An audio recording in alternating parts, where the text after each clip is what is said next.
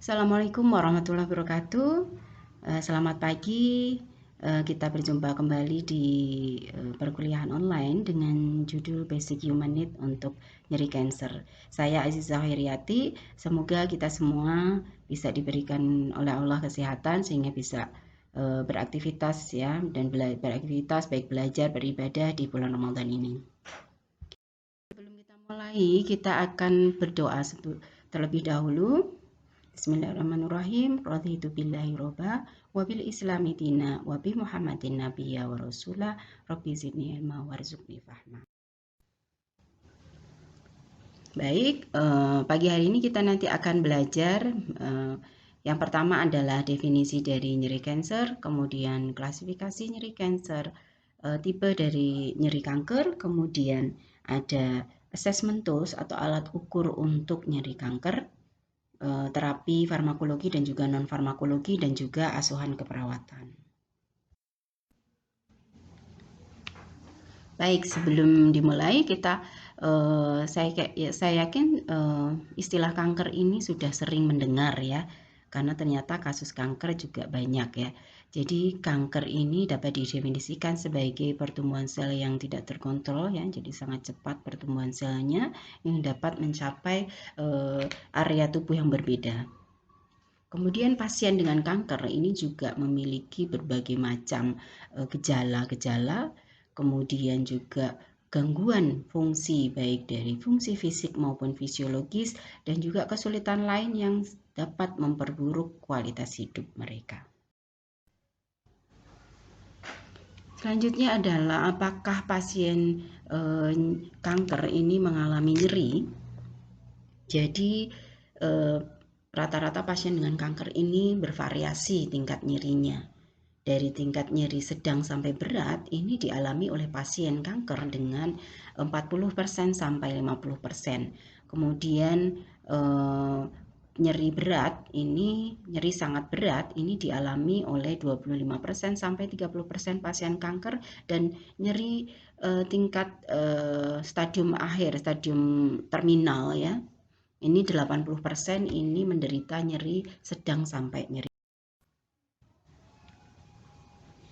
Oke, selanjutnya adalah berdasarkan data dari Riset Kesehatan Dasar di Indonesia tahun 2018 bahwa prevalensi kanker berdasarkan diagnosis dokter menurut provinsi adalah tertinggi daerah istimewa Yogyakarta. Nah, ini angkanya sangat jauh ya dari provinsi yang lain dan juga jauh di atas rata-rata Indonesia, yaitu 1,8.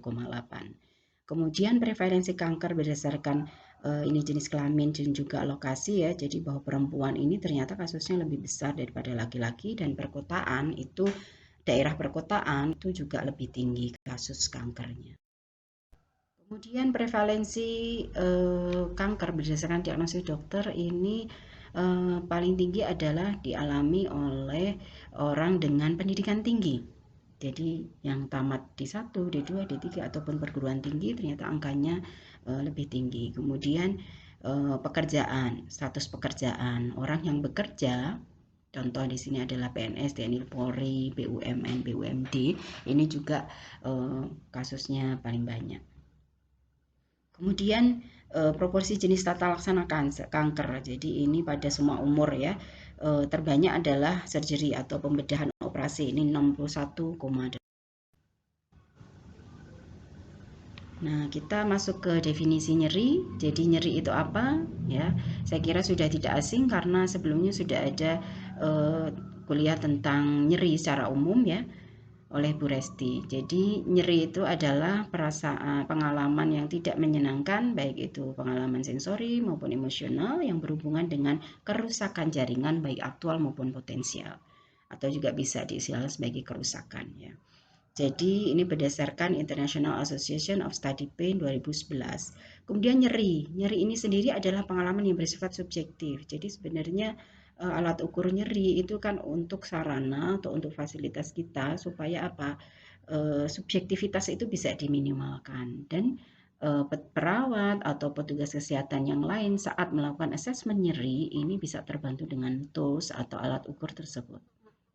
Kemudian harus perlu diingat, dan yang penting adalah bahwa nyeri ini adalah termasuk dalam vital sign. Jadi fifth vital sign. Jadi vital sign kelima. Tidak boleh terlupakan di samping tanda vital yang lain seperti frekuensi napas, ya, denyut nadi, tekanan darah, dan juga suhu. Kemudian juga definisi kanker, nyeri kanker. Jadi kanker ini yang berkaitan dengan diakibatkan oleh adanya treatment. Jadi treatment dari kanker itu sendiri ini juga bisa menyebabkan nyeri atau juga proses dari kanker itu sendiri. Yang rata-rata sebagian besar ini berhubungan dengan adanya kompresi. Jadi mengapa pasien kanker itu nyeri? Karena kita tahu tadi bahwa kanker ini pertumbuhan selnya adalah tidak terkontrol cepat gitu ya, sehingga lama-lama akan mengalami penekanan pada organ yang lain, kemudian juga bisa infiltrasi pada organ-organ berungga, jaringan lunak, tulang, dan juga saraf. Yang ini tentu akan menyebabkan nyeri dengan tingkatan nyeri yang bervariasi, baik dari nyeri ringan sampai nyeri berat. Oke, selanjutnya klasifikasi nyeri kanker. Jadi kita kategorikan menjadi 4. Jadi ada cancer related. Jadi nyeri yang diakibatkan oleh kanker itu sendiri secara langsung ya, directly cancer related. Contohnya misalnya tadi terjadi penekanan, infiltrasi organ-organ berungga, kemudian jaringan lunak, tulang ataupun saraf ini dialami oleh 40-80%. Kemudian cancer associated. Jadi nyeri yang tidak secara langsung berhubungan dengan cancer. Jadi misalnya pasien dengan kanker ini kan kemudian merasakan nyeri, dia dengan postur tubuh, posisi ya bisa menyebabkan adanya nyeri tulang belakang misalnya, back pain ya, kemudian dengan periode dari mungkin dia terlalu lama ya posisi yang tidurnya ya. Kemudian ini dialami 10-25%. Terapi related, jadi nyeri yang dihubungkan dengan adanya terapi atau treatment dari kanker itu sendiri ya. Contohnya adalah chronic post-surgical scar pain, jadi pasca operasi ya ada nyeri kronis, kemudian kemoterapi ini juga bisa menyebabkan atau memunculkan adanya mukositis, misalnya mukositis oral. Ini juga menyebabkan ketidaknyamanan tersendiri pada pasien-pasien dengan kanker. Kemudian ada postoperative pain kronik ya, secara kronis. Kemudian ada neuropati, nyeri neuropati setelah kemoterapi. Ini dialami oleh 15-20%. Kemudian cancer independent, jadi nyeri yang disebabkan oleh penyakit lain, penyakit penyerta pasien. Misalnya pasien kanker tapi dia mengalami chronic arthritis atau diabetic neuropati. Nah ini nyerinya ini diakibatkan oleh misalnya artritisnya, dan ini dialami oleh 3-10% pasien dengan kanker. Oke, ini review kembali yang sebelumnya mungkin sudah dijelaskan ya. Jadi ada 4 tahap untuk transmisi nyeri ya, tingkat transmisi nyeri ada transduksi, transmission, modulasi, dan juga persepsi. Ya, jadi transduksi ini adalah rangsangan atau stimulus berbahaya yang mengubah energi menjadi impuls saraf yang dideteksi oleh reseptor sensorik atau kita sebut sebagai nociceptor. Jadi stimulus berbahaya itu adalah noxious, jadi istilahnya noxious. Stimulus noxious. Jadi noxious itu sendiri adalah stimulus yang berpotensi menyebabkan kerusakan jaringan. Makanya dikatakan sebagai noxious itu berbahaya karena bisa berpotensi menyebabkan kerusakan jaringan. Kemudian transmisi. Jadi transmisi ini adalah sinyal nyeri saraf bergerak dari perifer ya ke impuls ya, impuls dari cornodorsalis medula spinalis kemudian sepanjang traktus sensoris menuju ke otak ya. Kemudian selanjutnya modulasi. Jadi modulasi ini adalah memfasilitasi atau menghambat input dari otak, memodulasi atau mempengaruhi transmisi sensorik pada tingkat sumsum tulang belakang. Ya, masih ingat ya? Jadi ada 3 serabut saraf ya. Jadi ada alfa beta, ya, kemudian alfa delta, dan juga serabut saraf C. Ya. Kemudian persepsi yang terakhir. Jadi persepsi ini adalah impuls nyerinya ditransmisikan ke area otak yang lebih tinggi, di mana ia diidentifikasi sebagai nyeri. Oh, ini adalah nyeri, gitu ya. Jadi ini adalah transmisi nyeri, 4 tahap transmisi nyeri. Selanjutnya, bahwa nyeri kanker ini kita tidak bisa melihatnya satu aspek atau satu dimensi saja fisik. Walaupun pasien mengeluh nyeri, itu juga aspek fisik ya. Tapi kita harus melihat secara multidimensional fenomena. Jadi fenomena pasien kanker ini tidak cukup hanya di satu dimensi saja. Aspek fisik, kemudian dimensi yang lain, ada fungsional. Apakah dengan sakitnya ini pasien bisa beraktivitas sebagaimana biasanya? Apakah dia bisa bekerja, kalau ya misalnya dia kepala rumah tangga, ataukah dia bisa menjalankan aktivitas lainnya, ataukah tidak dengan adanya nyerinya? Kemudian bagaimana sosialnya? Ya, bagaimana dia di masyarakat, bagaimana dia harus beraktivitas secara sosial, apakah ini juga suatu fenomena tersendiri. Kemudian emosional, orang yang mengalami nyeri otomatis dia secara emosional ini akan terganggu. Seperti kita kembali ke definisi nyeri secara umum, bahwa yang namanya nyeri itu adalah ketidaknyamanan ya, baik secara emosional ya, itu juga masuk. Kemudian spiritual,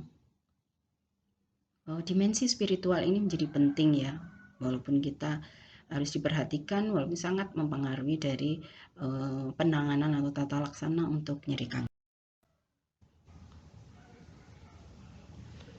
Baik, tipe dari nyeri kanker. Jadi yang pertama adalah, kalau kita lihat dari durasi, itu ada nyeri akut dan nyeri kronik ya. Akut pain dan chronic pain itu dari durasinya ya. Apakah sudah bisa membedakan nyeri akut dan nyeri kronik ya? Kalau nyeri akut itu sinyalnya dari sinyalnya ini ya, dapat dideteksi secara jelas. Itu sinyalnya signal to the brain about noxious stimulus. Jadi tadi noxious itu yang stimulus berbahaya. Jadi yang jelas kalau nyeri akut ini adalah terjadi kerusakan jaringan sehingga dia menyebabkan nyeri. Lokasinya jelas, dapat diidentifikasi. Dan waktunya lebih singkat. Ya, ada beberapa sumber yang menyatakan bahwa kurang dari 3 bulan, ada yang kurang dari 6 bulan. Tapi saya lebih tergantung dari sumber yang kita ajukan. Kemudian chronic pain, nyeri kronis ini tidak bisa dirasakan hanya satu tempat ya. Biasanya karena prosesnya juga panjang, bisa lebih dari 6 bulan gitu ya. Kemudian bisa menyebar ke area-area yang berbeda. Ini nyeri kronis.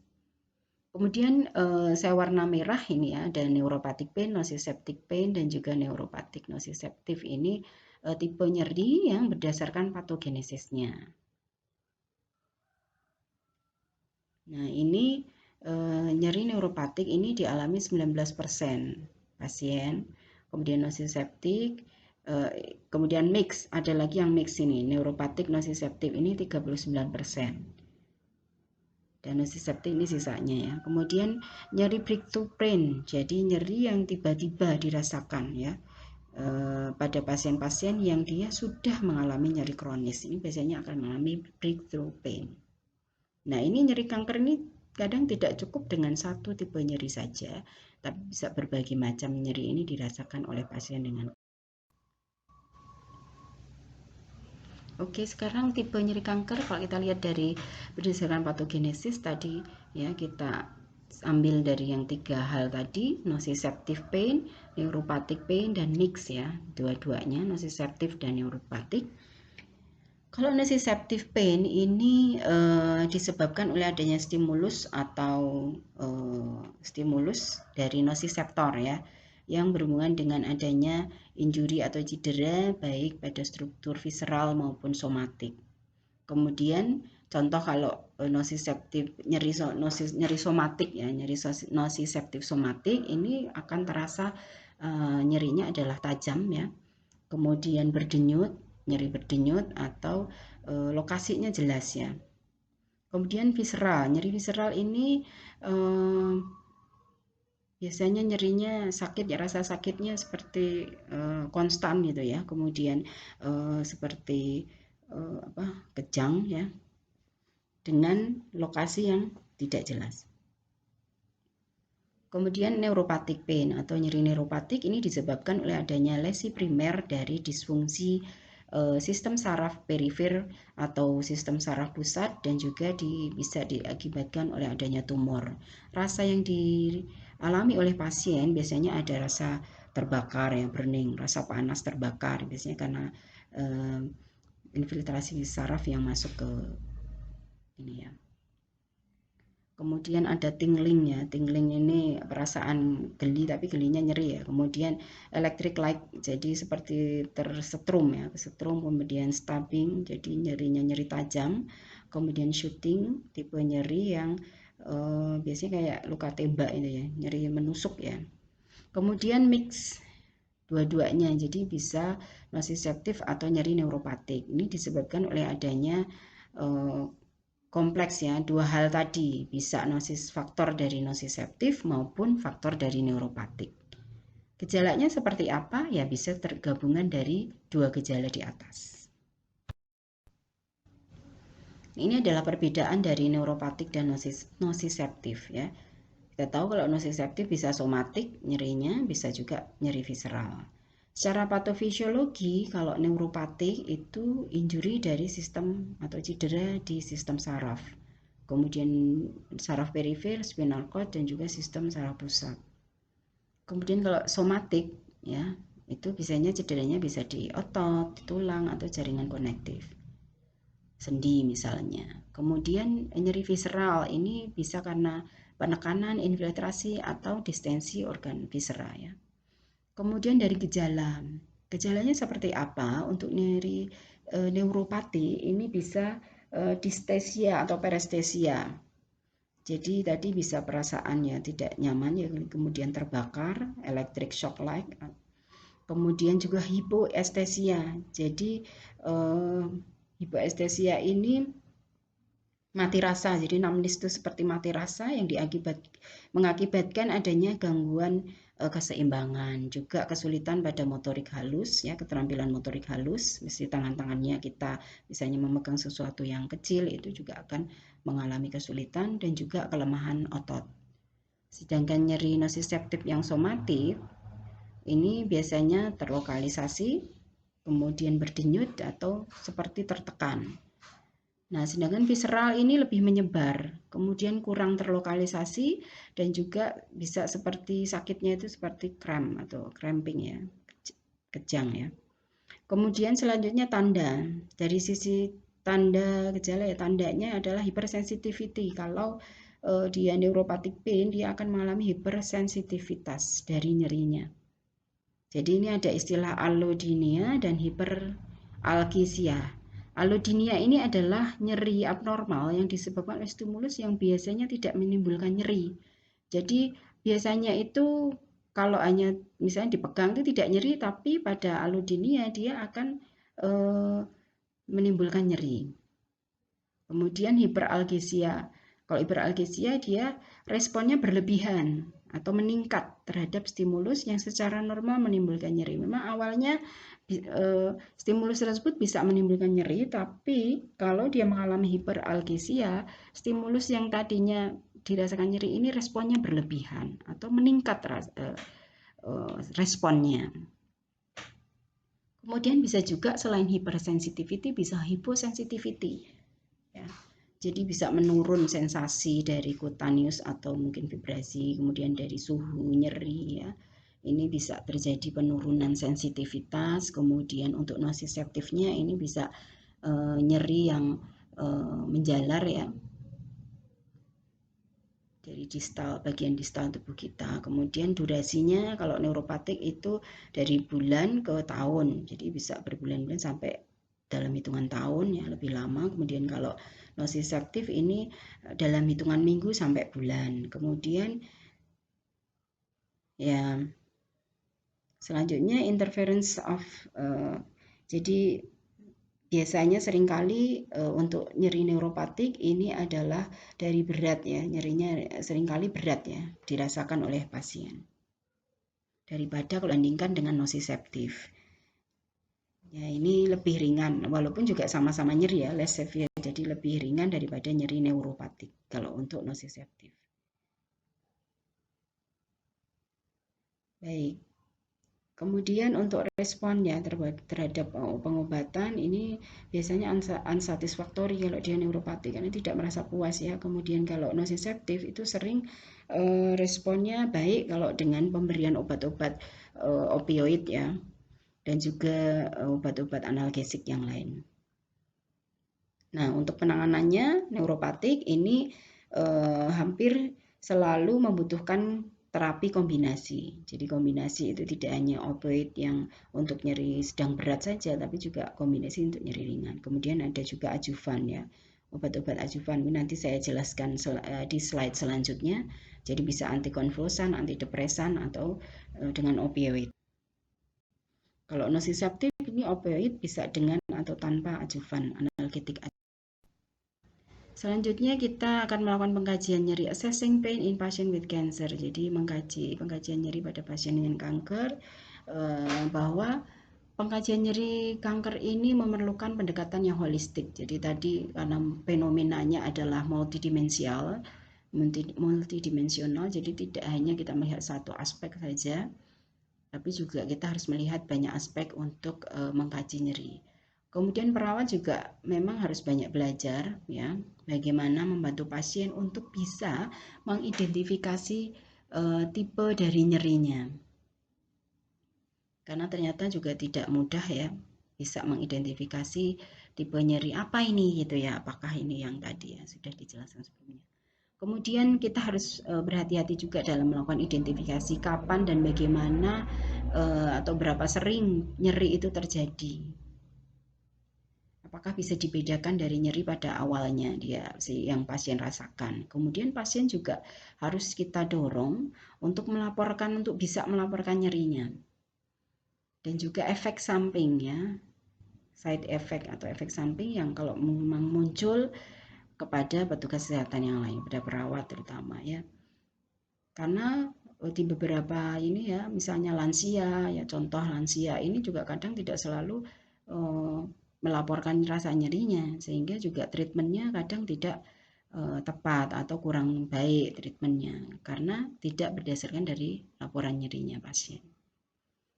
Kemudian pain assessment is problematic. Jadi sebenarnya pengkajian nyeri ini juga problematik ya.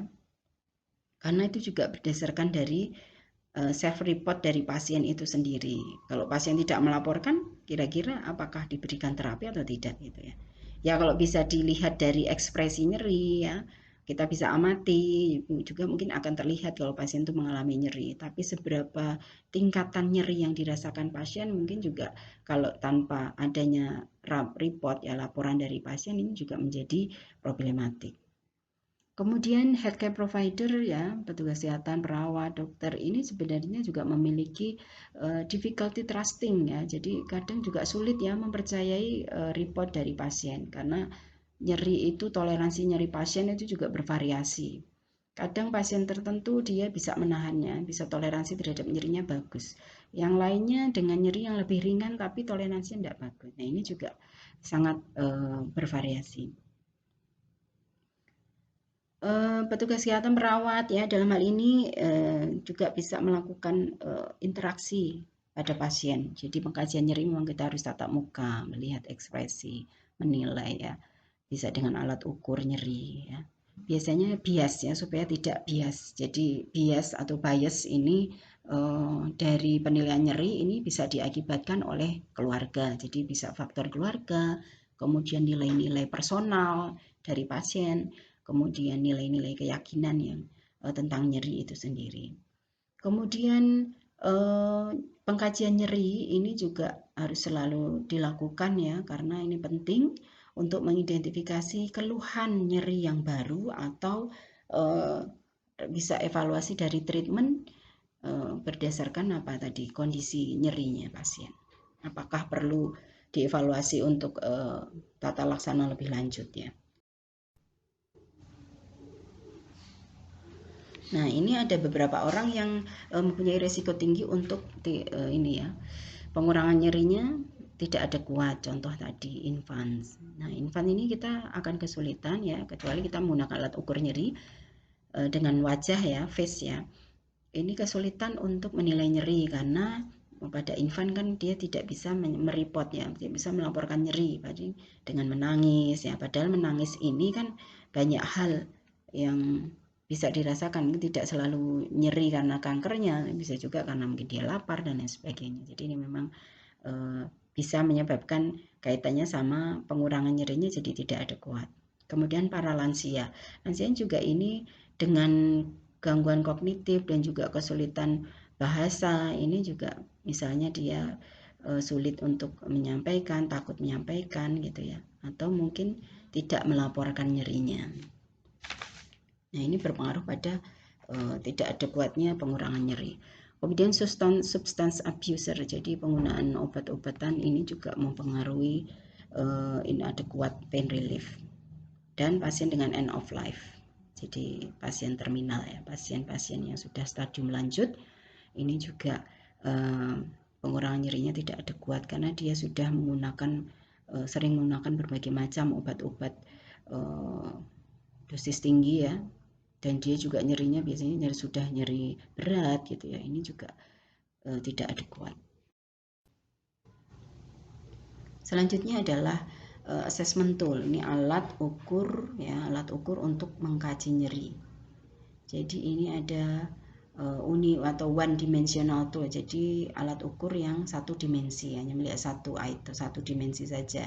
Ini ada visual analog scale, ada numerical rating scale, ada verbal rating scale. Nah, ini kalau yang face scale ini untuk biasanya untuk anak-anak yang bisa kita lihat usia-usia yang kurang dari 3 tahun ya. Ini yang verbal rating scale ini bisa dilihat yang faces yang kita hanya melihat wajah face ya. Ini untuk yang kurang dari 3 tahun karena belum bisa menyampaikan atau apalagi malah numerik, belum tahu atau mengenal angka.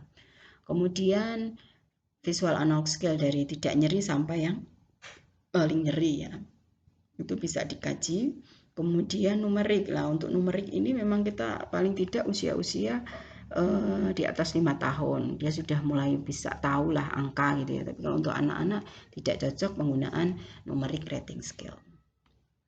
Nah, kemudian untuk multidimensional tool, jadi alat ukur nyeri untuk yang bisa melihat item yang lain, dimensi yang lain, tidak hanya rating scale untuk nyeri saja ya. Ini adalah contoh, ada the Brief Pain Inventory atau BPI atau McGill Pain Questionnaire. Sebenarnya kalau multidimensional kita bisa untuk melihat kualitas hidup ini juga banyak ya, ini tidak hanya nyeri saja tapi kualitas hidup itu ada aspek emosional, sosial dan sebagainya. Ini ada Euro QOL, jadi Euro Quality of Life, bisa juga WHO QOL, jadi banyak ya untuk melihat yang multidimensional tool. Ini saya contohkan 2. Kemudian pengkajian nyeri ya, self-report assessment pain juga yang dilakukan secara reguler adekuat, ini akan membantu validasi dari pengkajian multidimensional, alat ukur pengkajian multidimensional yang dibutuhkan untuk apa? Untuk terapi atau treatment yang efektif. Nah, ini contoh yang Brief Pain Inventory atau BPI ya. Ini akan melihat memang ada gambar, jadi dia nyeri yang dirasakan itu di area mana nanti bisa ditandai di gambar tubuh ya, gambar tersebut. Kemudian juga itemnya lebih banyak karena multidimensional dibandingkan dengan rating scale. Kemudian ini pengkajian nyeri kanker. Ya, pengkajian nyeri kanker ini tidak hanya aspek fisik, pengalaman aspek fisik saja, tapi juga meliputi banyak faktor. Jadi aspek fisik itu contohnya misalnya ada penyebab komorbid. Jadi komorbid itu adalah penyakit penyerta yang lain, misalnya pasiennya mengalami DM, artritis, atau penyakit yang lain. Kemudian bisa disebabkan oleh treatment itu sendiri, treatment kanker, atau disebabkan oleh kanker itu sendiri. Nah, ini kita kaji pasiennya. Aspek fisiknya ini, nyeri pasien ini disebabkan oleh yang bagian mana? Apakah karena kankernya, ataukah karena treatmentnya, atau karena komorbid yang dirasakan, atau gabungan beberapa item tersebut. Kemudian dari psikologikal atau psikologis, dari aspek psikologis atau faktor psikologis ini kita harus kaji juga nih, apakah pasien cemas, takut ya, takut akan kematian, takut karena mengalami kanker atau yang lain, ini benar-benar harus kita kaji. Apakah sudah mengalami depresi, misalnya pasien-pasien yang dia mengalami chronic pain ya, nyeri kanker kronis, ini berisiko untuk terjadi depresi karena dia kalau tidak ada kuat supportnya dia bisa mengalami depresi.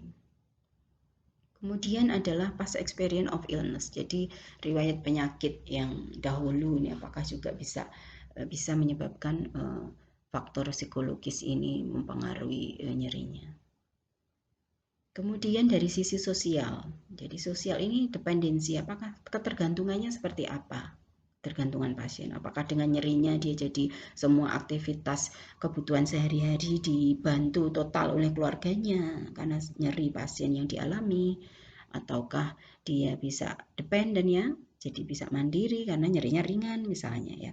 Itu kita harus kaji dependensinya seperti apa, kemudian worries about future of family, jadi kekhawatiran tentang masa depan dari keluarganya, misalnya dia kepala rumah tangga ya harus bekerja tapi karena menderita kanker dan mengalami nyeri sehingga dia tidak mampu menjalankan aktivitasnya atau perannya. Nah, ini kekhawatiran itu akan muncul. Kemudian financial concern ya, jadi secara finansial sisi keuangan seperti apa? Apakah ada sumber keuangan untuk proses pengobatan ya atau mungkin proses untuk keluarganya. Nah, ini juga akan sangat mempengaruhi nyeri. Kemudian kehilangan pekerjaan karena sakit misalnya ya, kemudian kehilangan peran dan juga status sosial. Jadi misalnya dia karena sakit nyeri tidak bisa fokus untuk kegiatan sosial sehingga akhirnya apa, status sosialnya dia tidak bisa punya peran lagi ya, atau kehilangan peran sosialnya. Kemudian spiritual ya, ini menjadi penting ya karena pasien kanker ini juga sebenarnya ke arah palliative care, jadi perawatan paliatif. Bagaimana kita bisa memfasilitasi supaya kualitas hidupnya baik atau memberikan yang terbaik di akhir hidupnya. Nah, ini apakah dia ada rasa marah ya dengan Tuhannya atau membenci atau juga kehilangan ya, kalau dia ini apa ya, menemukan makna, tidak bisa menemukan makna misalnya mengapa harus sakit, mengapa diberikan ujian misalnya. Kemudian takut, ketakutan yang tidak jelas, takutnya apa, apakah takut kematian atau takut yang lain-lain ya. Nah, ini harus kita kaji supaya secara komprehensif ya, dari biopsikososial ya, pendekatan biopsikososial untuk kita kaji, kemudian juga manajemen nyerinya dibutuhkan. Jadi berdasarkan semua aspek dari pengalaman nyeri pasien. Selanjutnya nyeri pain case history and assessment. Ini kalau untuk chronic assessment, chronic pain assessment juga akan banyak hal yang dikaji. Jadi yang pertama adalah lokasi. Lokasi ini bisa vokal, multivokal ya, superficial atau dalam. Nah, lokasi nyerinya di mana? Kita harus tentukan. Apakah secara umum generalize atau mungkin menyebar atau kemudian intensitasnya. Jadi untuk mengetahui atau mengkaji intensitas nyeri maka kita bisa gunakan rating scale. Kita gunakan rating scale yang tadi bisa numeric rating scale atau visual analog scale ya, untuk mengetahui ya, tingkat nyerinya, intensitas nyerinya. Kemudian temporal video, gambaran temporalnya adalah onset. Ya, onsetnya nyeri kapan, durasi berapa lama ya, course-nya, kemudian polanya ya. Kemudian konsep pasien, apakah somatik ya, apakah berdampak pada aktivitas hari-harinya, apakah berdampak pada kualitas hidupnya. Kemudian dari secondary sign atau simptom, dari gejala, apakah dengan nyeri itu bisa menyebabkan defisit neurologis atau hiperalgesia tadi ya, yang nyerinya berlebihan, respon nyeri berlebihan, atau allodynia, nyeri abnormal tadi yang disebabkan stimulus yang biasanya tidak menimbulkan nyeri. Kemudian kita kaji juga karakteristik atau kualitasnya. Apa yang dirasakan nyerinya itu seperti apa? Apakah terbakar, apakah nyeri tajam ya, apakah nyeri berdenyut ataukah nyeri yang menetap itu ya, konstan. Kemudian dampak nyerinya. Nah, dampak atau impact ini kita bisa kaji dengan apakah ke fisik, mental ya, dengan instrumen atau alat ukur quality of life ya, kualitas hidup, atau yang tadi multidimensional tools tadi. Kemudian faktor-faktor yang mempengaruhi, jadi faktor yang mengganggu pasien itu apa, itu harus kita kaji. Kemudian faktor yang bisa mengurangi nyeri itu apa? Faktor-faktornya apa? Ini bisa kita kaji karena nanti kaitannya dengan manajemen nyerinya. Kemudian faktor yang berhubungan, moodnya pasien seperti apa? Apakah sedih, apakah bahagia? Kemudian distress emosional, ada tidak? Apakah ada gangguan tidur? Apakah ada depresi? Ya, kaitannya sama psikologis juga ya. Kemudian terakhir adalah respon terhadap treatment.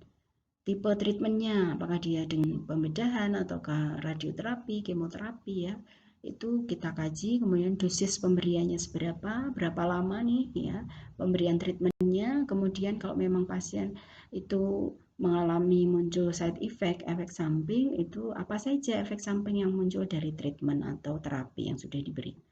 Dan reason for stopping. Jadi kalau pasien berhenti ke arah terapinya, dia menghentikan, itu kira-kira alasannya mengapa kok berhenti, itu harus. Nah, untuk nursing diagnosis ya, nursing diagnosis ini kalau kaitannya sama nyeri sebenarnya banyak. Kalau secara umum untuk cancer ya, diagnosis tadi yang pengkajian komprehensif yang multidimensional tadi akan banyak. Bisa dari aspek distress spiritualnya, bisa juga dari ketakutan, kecemasan ya, bisa juga dari aktivitasnya. Yang utama untuk nyeri, karena ini lebih fokus ke nyeri adalah acute pain dan chronic pain ya. Jadi kalau akut ya, jadi ada dua item untuk diagnosis nyeri, itu ada nyeri akut dan. Nah, tujuan dari cancer pain management ini adalah yang pertama adalah mengurangi nyeri, atau yang selanjutnya adalah mempertahankan fungsinya. Dan yang ketiga adalah kita berikan setinggi mungkin ya tingkat kualitas hidup untuk pasien yang bisa dicapai oleh pasien. Kemudian terapi farmakologi untuk kanker ini tujuannya adalah untuk mengurangi nyeri ya, mengurangi nyeri pada level yang bisa ya bisa diterima untuk memungkinkan untuk kualitas hidup lebih baik ya. Kita bagi menjadi 3 untuk analgesik. Jadi ada analgesik opioid, non opioid atau opioid ya. Kemudian analgesik adjuvan. Nah, ini ada rekomendasi dari WHO tentang 3-step analgesic ladder. Jadi anak tangga. Jadi pemberian analgesik seperti anak tangga ya. Jadi rekomendasi WHO kalau pasien nyeri kanker ringan itu kita pilih analgesik yang paling kalau terjadi nyeri ya. Jadi non opioid dulu untuk yang level 1 nih, non opioid atau bisa juga adjuvan ya. Contohnya apa? Bisa aspirin atau juga paracetamol. Nah, paracetamol ini sebenarnya bekerja di susunan saraf pusat ya, dengan menghambat sintesis prostaglandin di hipotalamus. Kemudian analgesik ya tunggal yang efektif juga untuk nyeri yang ringan. Kemudian jadi ini karena baru anak tangga paling bawah, jadi memang nyerinya ringan ya, belum berat ya. Kemudian nyeri sedang berat, kalau nyerinya meningkat ya, maka bisa kita naikkan ya, untuk meningkatkan mengurangi rasa nyeri tadi bisa dengan tadi ya mild opioid, jadi opioid ringan. Itu contoh bisa tramadol, kodein gitu ya. Kalau itu tetap tidak teratasi ya, tidak teratasi, maka kita harus menggunakan opioid yang kuat, strong opioid. Contoh ada morfin ya. Contoh morfin ya. Pilihan utama untuk nyeri sedang berat memang dengan morfin ya, atau juga metadon, fentanyl, heroin ya, yang sering disalahgunakan ini ya. Kemudian memang ini bisa berefek samping ya, memiliki efek samping yaitu sedasi, bisa konstipasi, mual, muntah, dan juga depresi pernafasan. Jadi memang ya dilematik antara nyeri ataupun efek samping yang terjadi.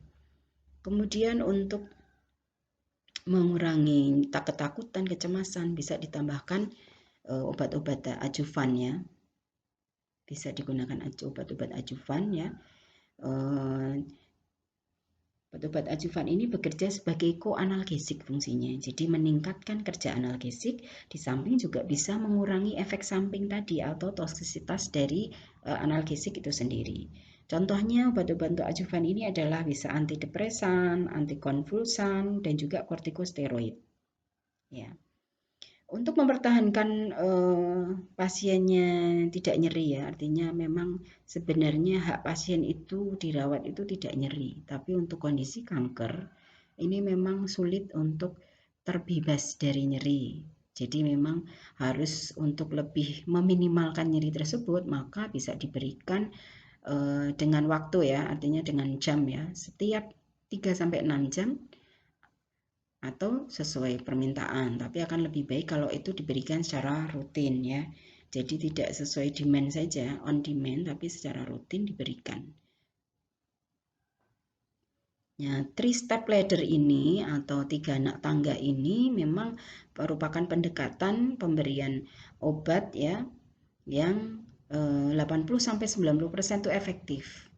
Kemudian untuk intervensi bedah ini ya bisa diberikan atau bisa tepat kalau dia tidak, pemberian obatnya tidak efektif, tidak seluruhnya efektif. Ini untuk adult ya, jadi 3-step ladder ini for adult, untuk dewasa. Sedangkan untuk anak-anak, in the case of cancer pain in children, jadi WHO merekomendasikan 2-step ladder, jadi 2 anak tangga saja kalau pasiennya adalah anak-anak. Tapi kalau pasien adult, dewasa, 3-step ladder. Oke, sekarang adalah analgesik opioid. Ini lebih sering digunakan dalam dosis tinggi pada pasien kanker dengan nyeri neuropatik. Jadi kalau neuropatik memang lebih nyeri ya. Opioid, kemudian obat yang sering digunakan bisa tramadol, oksidon, metadon, morfin, fentanyl ya. Kemudian nyeri sedang sampai berat dan pada stadium lanjut dan penyakit terminal. Efek samping ini ada prosentasenya. Tadi sudah ada konstipasi, mual muntah, pusing ya. Dengan kasus terbanyak adalah konstipasi. Makanya biasanya kalau opioid ini pemberian pada anak-anak itu harus hati-hati ya. Hati-hati, dan juga memang biasanya didampingi pemberian opioid ini dengan laksatif ya, supaya melunakkan feses. Jadi tidak mengurangi efek samping yang paling besar yaitu konstipasi. Ini kalau pada anak-anak didampingi dengan pemberian laksatif. Kemudian analgesik adjuvan, jadi ini paling efektif digunakan sebagai pengobatan lini pertama untuk nyeri neuropatik. Jadi antidepresan trisiklik ada amitriptylin, nortriptylin ya, juga ada gabapentin, pregabilin. Ini untuk contoh-contoh adjuvan ya. Tadi ada antidepresan, antikonvulsan. Efek sampingnya apa? Jadi pusing, sedasi ya, bisa edem perifer, mual, dan efek samping antikolinergik lainnya.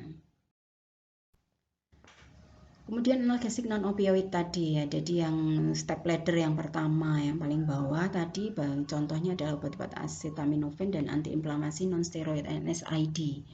Dapat digunakan nyeri ringan sedang, tapi kemudian contohnya paracetamol tadi ya, dengan efektivitasnya untuk paracetamol ini untuk nyeri yang ringan. Profil keamanan dan tolerabilitas. Kemudian non farmakologi terapi, nah itu yang farmakologi ada 3, jadi opioid, terapi adjuvan, dan non opioid. Kemudian selanjutnya adalah non farmakologi terapi atau terapi modalitas yang lain. Sebenarnya sangat banyak yang bisa diberikan untuk pasien kanker. Jadi bisa berkaitan dengan apa? Jadi ya, dari mulai orientasi pada pasiennya, kalau dia nyeri dia harus dengan postur yang bagaimana gitu ya. Oh, dengan dia duduk atau dengan miring kiri miring kanan itu bisa mengurangi nyeri. Nah, ini juga harus dikaji sebenarnya, atau dari hasil pengkajian tadi bisa diintervensi ke pasien. Ternyata pasien kalau dengan posisi tertentu dia lebih nyaman. Nah, ini harus diaplikasikan ke pasien. Kemudian dengan kompres hangat atau dingin ya. Support emosional, massage, ya, musik terapi, reiki atau transfer energi, ada relaxing massage, kemudian use cushions, kemudian imobilisasi mekanik ya supaya tidak pergerakannya jadi terbatas supaya lebih mengurangi nyeri. Nah, ini akupunktur, refleksologi, aromaterapi ya, banyak aromaterapi maupun psikoterapi. Ini adalah beberapa contoh. Kemudian intervensi psikologis sekarang. Jadi dari beberapa meta-analisis dan RCT menunjukkan bahwa intensitas nyeri itu dapat diturunkan melalui intervensi psikologis. Ya.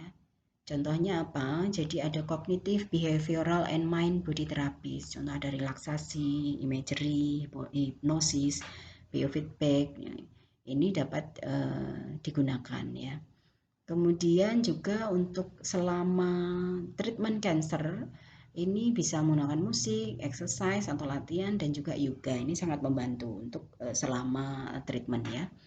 Nah, ini juga kita berdasarkan hasil pengkajian. Sebenarnya misalnya musik apa sih yang disukai oleh pasien sehingga dia bisa lebih rileks kalau mengalami nyeri misalnya. Nah, itu bisa diberikan intervensi sesuai hasil pengkajian. Kemudian apakah tidak hanya musik sebenarnya, bisa juga apakah terapi murotal untuk selain juga relaksasi juga dia secara spiritual bisa meningkatkan menguatkan pasien ya.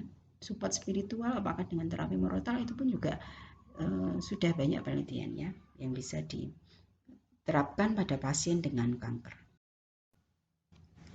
Oke, selanjutnya adalah peran perawat dalam mengontrol nyeri kanker.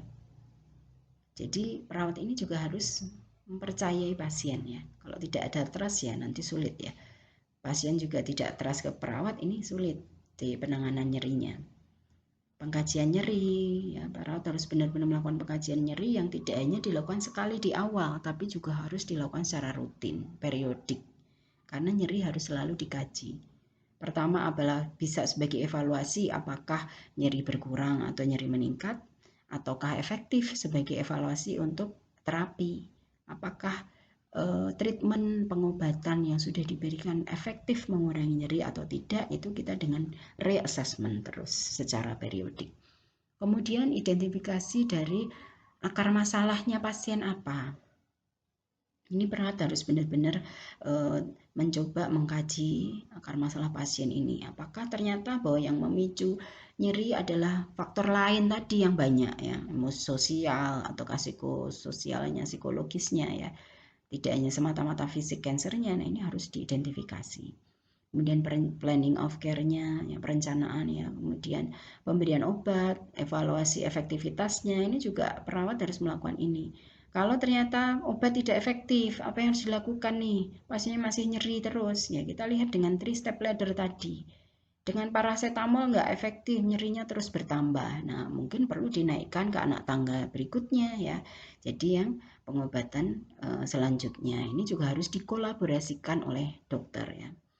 Kemudian memastikan jadi kontrol nyerinya baik pasien itu. Mampu tidak dia mengontrol nyeri, pain kontrolnya bagaimana. Kemudian treatment secara individu. Jadi masing-masing pasien sama-sama menderita kanker, treatment yang diberikan perawat itu harus individualized. Jadi masing-masing individu berbeda dalam melihat perspektif ya, dalam melihat kankernya, penyakitnya.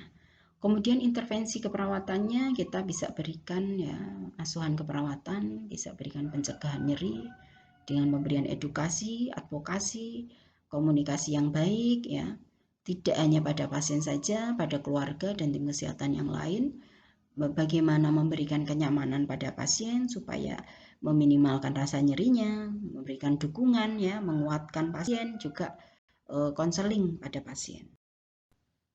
Baik, untuk konklusi, jadi tadi memang pengurangan nyeri ini mungkin untuk pasien kanker. Meskipun kalau complete freedom, jadi bebas, benar-benar bebas dari nyeri itu tidak realistik. Jadi kontrol nyeri pada pasien ini sangat mungkin pada fungsi yang memang bisa wajar diterima oleh pasien ya, terutama perlu pendekatan yang multidimensional untuk manajemen nyeri ini atau sebagai kontrol nyerinya. Kemudian bahwa intervensi edukasi ini untuk pasien dan profesional atau tenaga kesehatan yang lain ini berkontribusi terhadap suksesnya manajemen nyeri. Baik, saya kira seperti itu. Nanti kita bisa lanjutkan dengan tanya jawab di e-learning ya, di IELTS ya. Untuk kali ini saya cukupkan sekian. Selamat belajar.